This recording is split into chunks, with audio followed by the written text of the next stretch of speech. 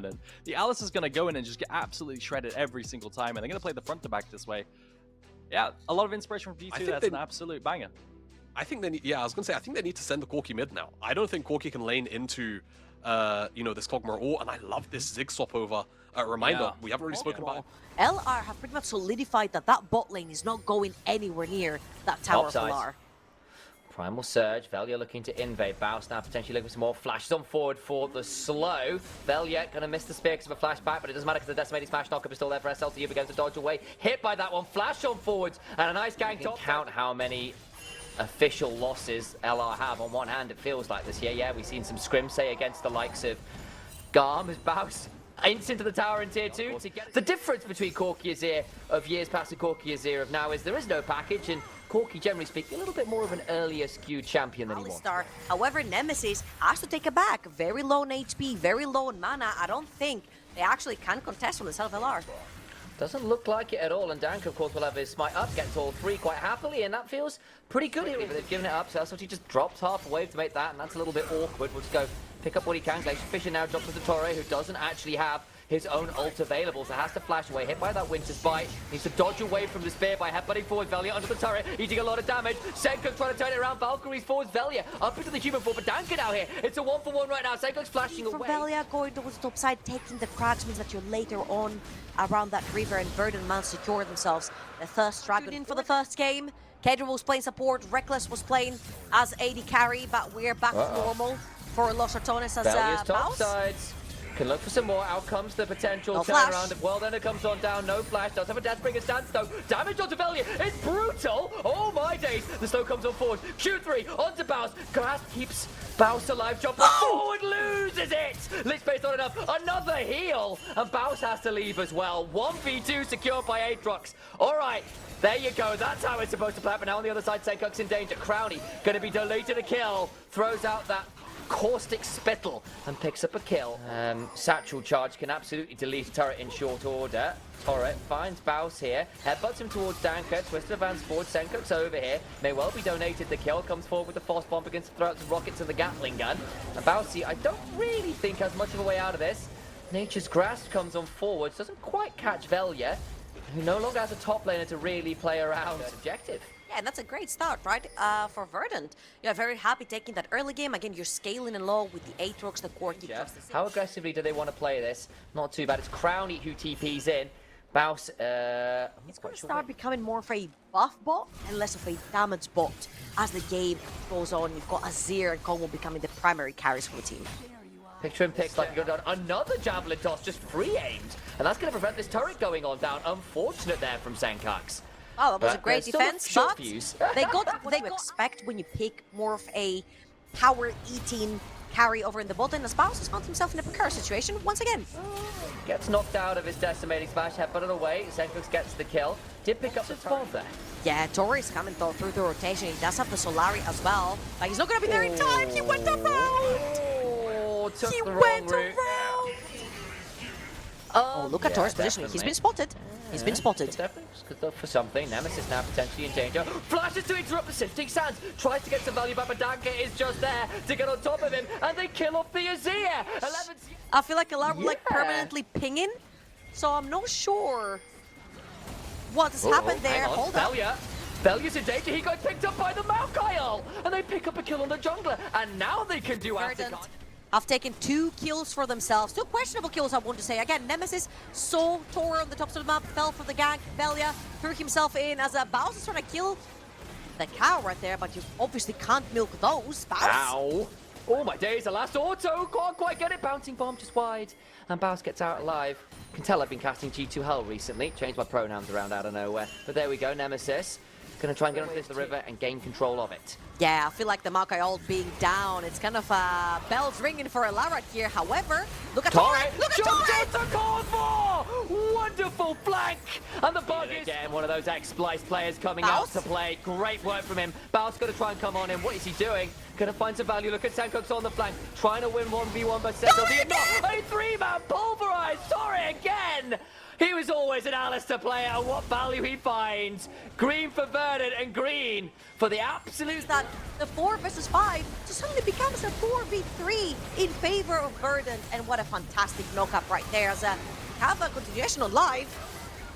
Getting a lot of damage, actually do get the kill though. Shutdown goes onto the Ziggs, but now Velia in danger as he's getting run up. Will take a camp away on the other side, but Torre is just waiting. Out comes the Infernal Chains, and it sends it straight down to hell. Velia down for the count. Now that is a Baron that's still up and standing, right? 35 seconds for Sion in the Death Realm, but also 30 seconds for Danka, which means smites are down, no objectives going down, Torre caught. Gonna try and jump onto him, throws down the Unbreakable Will, but he's in a 1v2 and the rest of the squad's not gonna be able to get here to defend him. We'll get the Pulverize down, trying to buy his space. No way. Headbutts over the wall, puts the lock. Throws out the Nature's Grasp. Bounce now here. Where is the rest of the squad? SLT not here quite yet. Now he's beginning to TP. Going forward to Danka, buying space with the Twisted Grasp. Twisted Advance, I apologize, conflating some abilities again. Bramble smash down, Bounce now potentially in danger. Why has he gone this direction? He tries to charge on forward, but get nowhere. He's about to fall. Teva manages to satchel charge away to safety. The second he walks forward into a bush and tries to make a play, he's going to be taken down. And as you can see, he is taking the route around. Nemesis is there. He hasn't been spotted yet. But he hasn't spotted Nemesis either. Control ward, but actually, look at the other side. The poke is so obnoxious. Torre gets jumped on, will need to run away to the minions and does so. Can look to potentially rejoin with a teleport of Spellbook. All the while, though, getting some poke coming on out. Bouncing bombs, saplings. Really obnoxious. This late game Ziggs getting dangerous to manage. Nemesis on a flank angle. Out comes the Nature's Grasp. Big stunt. Trying to get some value. Knock up at the Glacial Fissure. SLT makes himself a very scary World Ender. Dragon secured. Shuffle on 2. Sunkick tries to survive, will flash away. Nemesis in danger and flashes out himself. Torres come back in. Nemesis in danger. Head back into the bouncing bomb. Crowny now in danger. He dies as well. Senkux is godlike. Velia will at least bring him down, but you lose. Speed for that one. Level 18, freshly dinked. It's burning.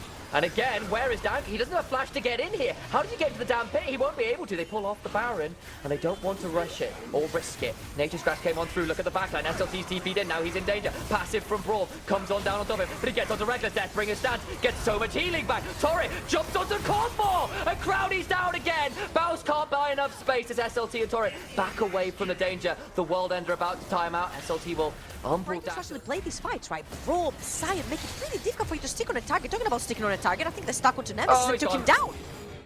It did. They just found the value. Torres there. His most important job is keeping that Nidalee out of the pit, and no one is really doing this. SLT is now going to pop the ult to chase Velia out. Torre might give his life away to keep the rest of the LR members out. That's going to be a Baron for Verdant. Scary situation because Baus was sort of trying to split Verdant, but here comes Torre, playing on the flank. It's gone. Dragon secured. They are a little late to come over because that's a bit too preoccupied. But it's not necessarily going to be the case.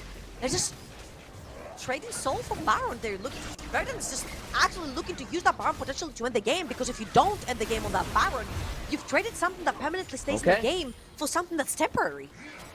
And is Chemsoul going to be enough value? I know it's been one of those souls into the game. Difficult to figure out as it stands, but Verdant heading on to these tier 2s. Finally beginning to get a little bit more pressure on the map again. It has been a little bit tentative again, and we have criticized Verdant. Then it's just so difficult to play this. They're going to use the Maokai ult for an outer tower, and that's all she wrote. You get it.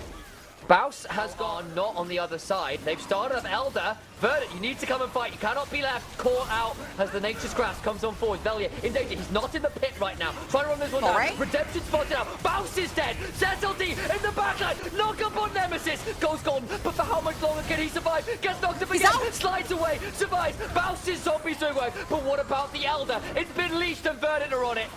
It's a 50-50. Velia still around. Unless they kill Velia, it's a 50-50 forever. They can get in there. It's won by Danka. But what about the fight afterwards? They've killed Velia off as well. 2 people. Try to follow Baus right here. Torre has come from the bot side, throws Nemesis into the open arms of the rest of the Verdant crew. And then it becomes really difficult. Online matches can sometimes be at the whims of your internet provider. Those saplings this late in the game as well really do sting a bit. Trying to break their way through. Taking this very, very slow. They're trying to build up the wave over on the tops of the map, right? So by the time that LR step up to break it, they won't be able to do that just in time. So the Maokai route will be used for the top lane zoning to take that tower, and by that time the mid lane wave has crashed in. That is 2 towers down for Verdant and 1 inhibitor.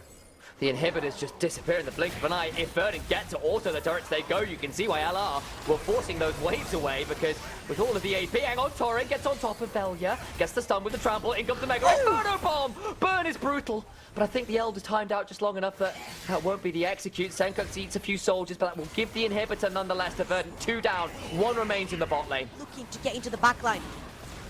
Reckless's body blocking him off, slides back into the pit, down to half HP. Keep your eyes on it, 120 extra AP from that Gathering Storm on Nemesis. Going to charge on in, going for the fight, bounce in danger, Glacial Fissure comes on down, massive Mega in front of the back of the crowning, but it's taken by Velia! He finds the fight, but what happens afterwards? Bounce getting killed, Heartsteel proc to Verdant.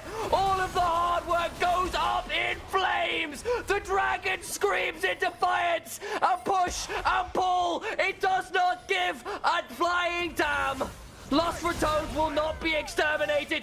A quadra kill to Nemesis. The rats continue, numerous, and overrun Verdant in the moment it matters. We said it doesn't matter who wins the fight, it matters who gets the dragon, and it's Velia coming through with a 50-50 to save the rats. Nothing on God's green earth or the Summoner's Rift can bring Lost Ratones down.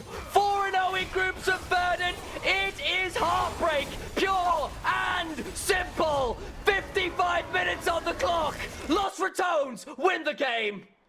Damn, I have to say, this was absolute cinema. I don't say this for a lot of games, but this was incredible to come down to a clutch steal from Velia. The one guy that is so, I'm gonna say it, useless in the late game for LR.